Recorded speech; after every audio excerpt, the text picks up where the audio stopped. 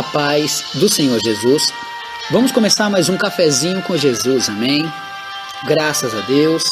Estamos aí nessa peleja, irmãos. Estamos aí todos os dias lutando para conquistarmos a vitória, né?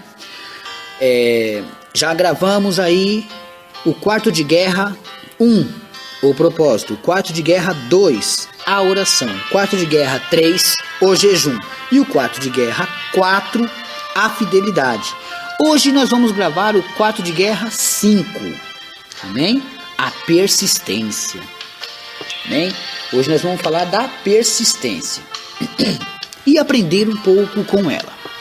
Eu meditei na palavra do Senhor e peguei aqui 3 textos para que eu pudesse ensinar a você certas coisas. Nós temos que ter certos limites, sabe? E os limites que nós temos que ter é no pecado. Adorar a Deus, não.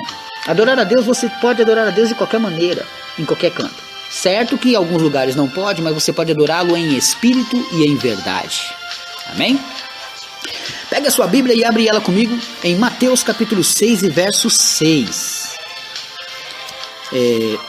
Mateus 6, 6. Amém? Louvado e santo é o nome do Senhor.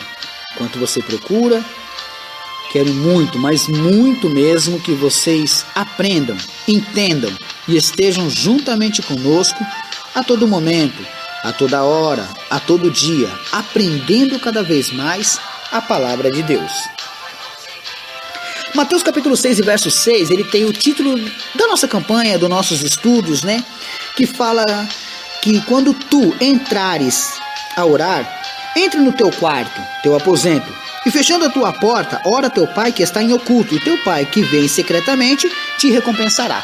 Se você buscar, vai receber. Amém? Mas aí a gente vai esmiuçar algumas coisas aqui para a gente entender um pouco mais sobre campanhas, lutas, pelejas, guerras.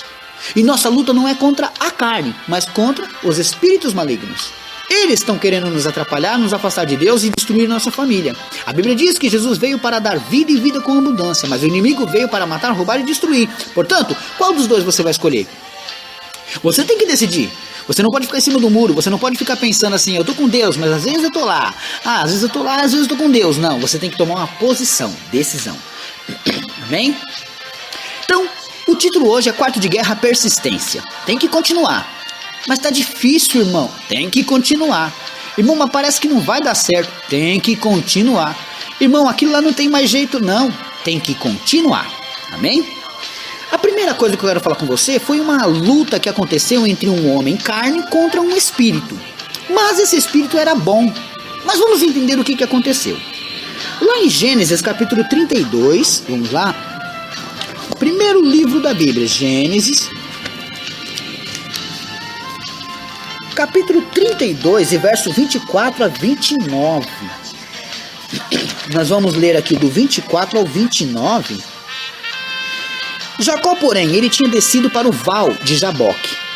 E quando ele desceu para o val de Jaboque, ele teve uma peleja ali, né? Parece que já estava tudo marcado para aquele encontro. Todo crente, toda pessoa tem que ter um encontro com Deus. E muitas das vezes, temos que ter esse encontro no val de Jaboque da nossa vida. Alguma coisa tem que mudar. Sabe o que Jó disse uma vez? Antes, eu só te conhecia de ouvir falar. Hoje meus olhos te veem. Lógico, ele não estava vendo Deus na cara dele ali, não. Mas, ele estava vendo Deus de outras maneiras. Tá entendendo? A visão espiritual dele estava ficando aberta. Então, a gente só conhece Deus de ouvir falar. Chega, não chega, irmã? Irmão, chega, né? A gente tem que ter esse compromisso com Deus e encontrar Deus em tudo. Deus pode se parecer para você, Deus pode aparecer sim, Deus pode aparecer para você num sorriso de uma criança, mas só que você não consegue ver essas coisas. Às vezes Deus está falando com você na boca de uma criança e você não escuta. Então, Jó disse, antes eu te conhecia de ouvir falar, mas hoje meus olhos te veem. Então nós temos que ter esse encontro igual Jacó teve. Vamos ler? Vamos lá. Gênesis 32, 24 a 29. Jacó, porém, ficou só e lutou com ele um varão, até que a alva subia. E, vendo que não prevalecia contra ele, tocou a juntura de sua coxa.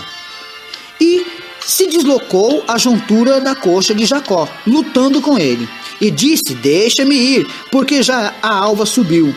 Porém, ele disse, não te deixarei ir, e se me não abençoares. Olha o que Jacó disse para o anjo: não te deixarei ir, se me não abençoares. E disse-lhe: qual é o teu nome? E ele disse: Jacó. Então disse: não se chamarás mais o teu nome Jacó, mas Israel. No verso 28, nasceu Israel. Pois como príncipe lutastes com Deus e com os homens e prevalecestes. E Jacó lhe perguntou e disse: dá-me, peço-te, a saber o teu nome. E disse-lhe: por que perguntas pelo meu nome? E abençoou ali. Por que esse anjo estava falando que Jacó lutou com Deus e com os anjos? Jacó, desde quando ele nasceu, ele lutou, ele segurou no calcanhar do seu irmão. A vontade daquela criança de ser alguém, de lutar, começou dentro da barriga da mãe. A Bíblia fala que os dois irmãos, Jacó e Esaú, eles brigavam, sabe? Eles se mexiam demais dentro da barriga da mãe. Duas nações estavam brigando dentro de uma barriga da mãe. Ali, quando ele nasceu, ele lutou, porque o irmão não dava valor pela primogenitura. Ele lutou, conquistou a primogenitura. Ali ele começou a conquistar todas as bênçãos que ele podia, até fazer as pazes com quem ele tinha magoado. Ele lutou para ter uma esposa. Acabei de pregar sobre José semana passada. Ele lutou por uma esposa, foi enganado. Como ele tinha enganado, ele recebeu um engano de novo. Depois ele lutou pela segunda esposa, teve seus filhos, foi enganado pelos seus filhos quando a morte de José. Mesmo assim ele lutou com os homens, segurou até vencer. Mas aqui no Val de Jaboque ele tem um encontro com um anjo, e ele segura um anjo, e ele diz que só vai soltar um anjo quando ele for abençoado.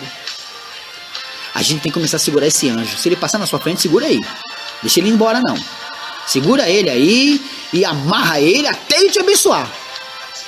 Amém? Nós temos que lutar, irmãos. Lutar. Nós não podemos aceitar. A derrota não é derrota para nós. Nós não aceitamos a derrota. Nós temos que lutar. Você não pode deixar seu marido na mão de outras. Você não pode deixar sua mulher na mão de outros. Você não pode deixar seus filhos na mão de outros. Você tem que lutar. Vamos ver mais um exemplo? 2 Reis. Vamos lá. 2 Reis. Capítulo 4. Verso 25 e 26 está escrito assim, ó. Partiu ela, pois, e veio ao homem de Deus, ao Monte Carmelo. E sucedeu que, vendo o homem de Deus, esse homem de Deus aqui é Eliseu, o homem de Deus vendo ela de longe, disse a Geazi, que era o seu moço, né, tipo o seu ajudante: eis aí a sunamita. Verso 26. Agora, pois, corre-lhe ao encontro e diz-lhe: vai bem contigo? Vai bem com teu marido? Vai bem com teu filho? Aí eu paro. Se você está com a Bíblia aberta, você já sabe a resposta. Mas quem não está com a Bíblia aberta e está me ouvindo, qual seria a resposta dela? Ah, você não conhece a história? Então eu vou te contar. Eliseu teve um tempo na casa dela e viu que ela era muito boa para ele. Aí ele falou: o que te falta? O que você precisa? Ele percebeu que eles não tinham filho. Ele profetizou. Aí ele disse: no outro ano e tal, naquela mesma hora, ela teria um bebê. Pronto, nasceu uma criança. Foi a maior alegria daquele casal.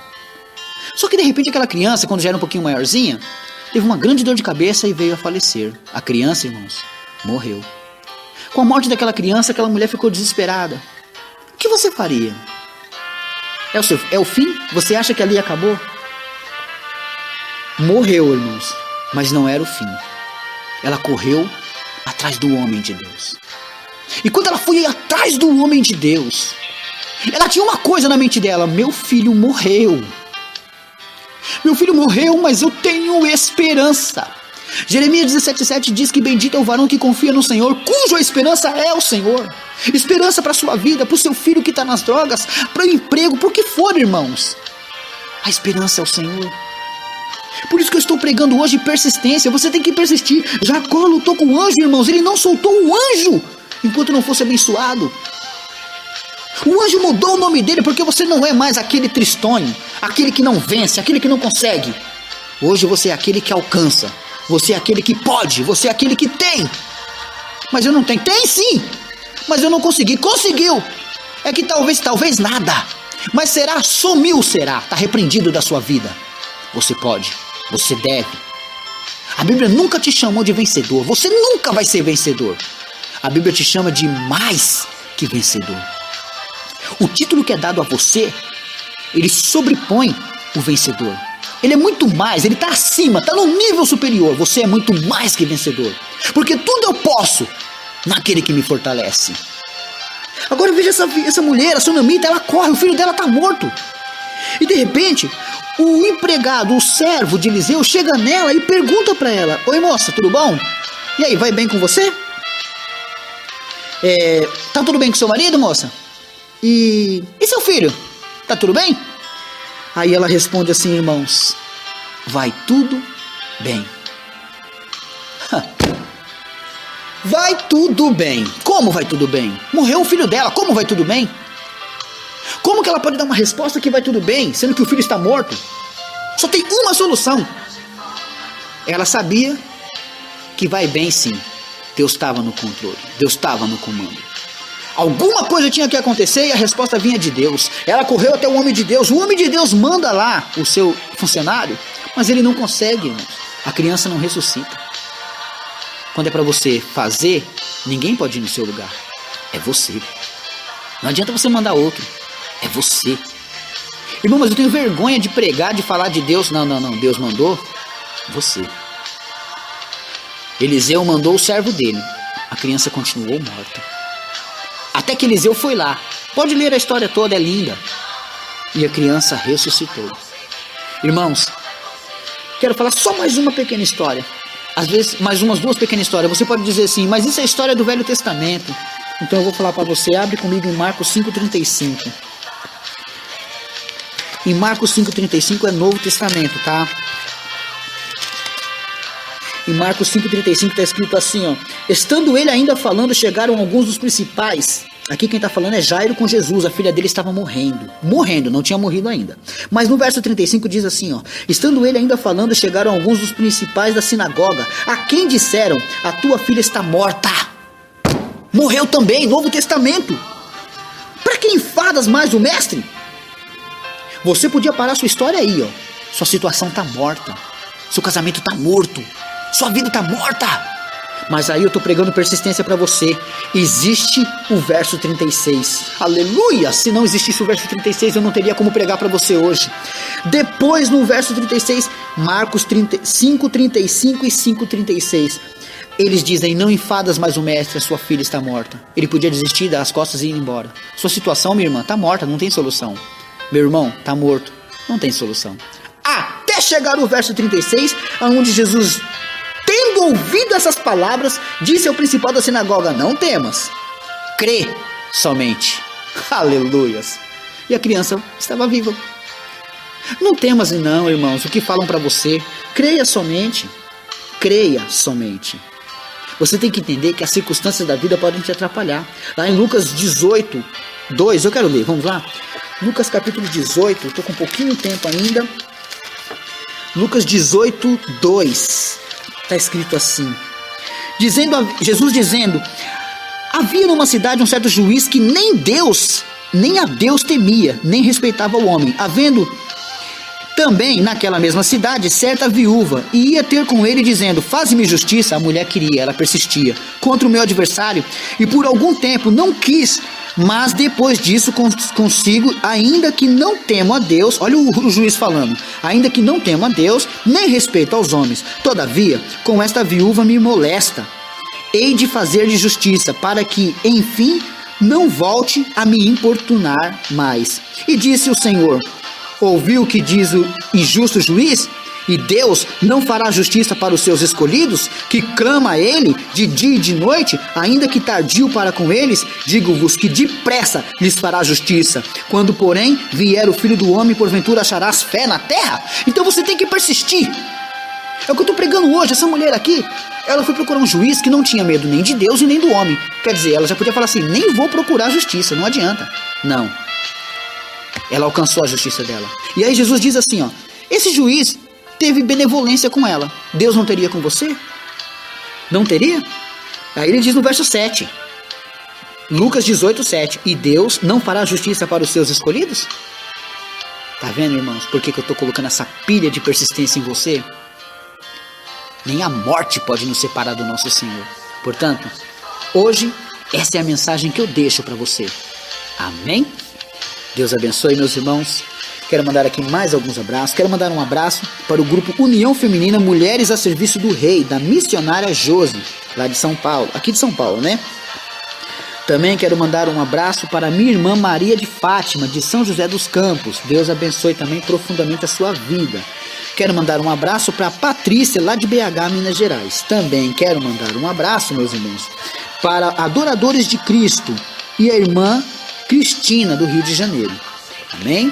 Quero mandar um abraço para os grupos Mulheres de Fé, administradora Nirleide, e o grupo Nós Vamos Subir para o Céu, administradora a jovem Fabiana, e a minha irmã Andréia Lúcia, de Pernambuco.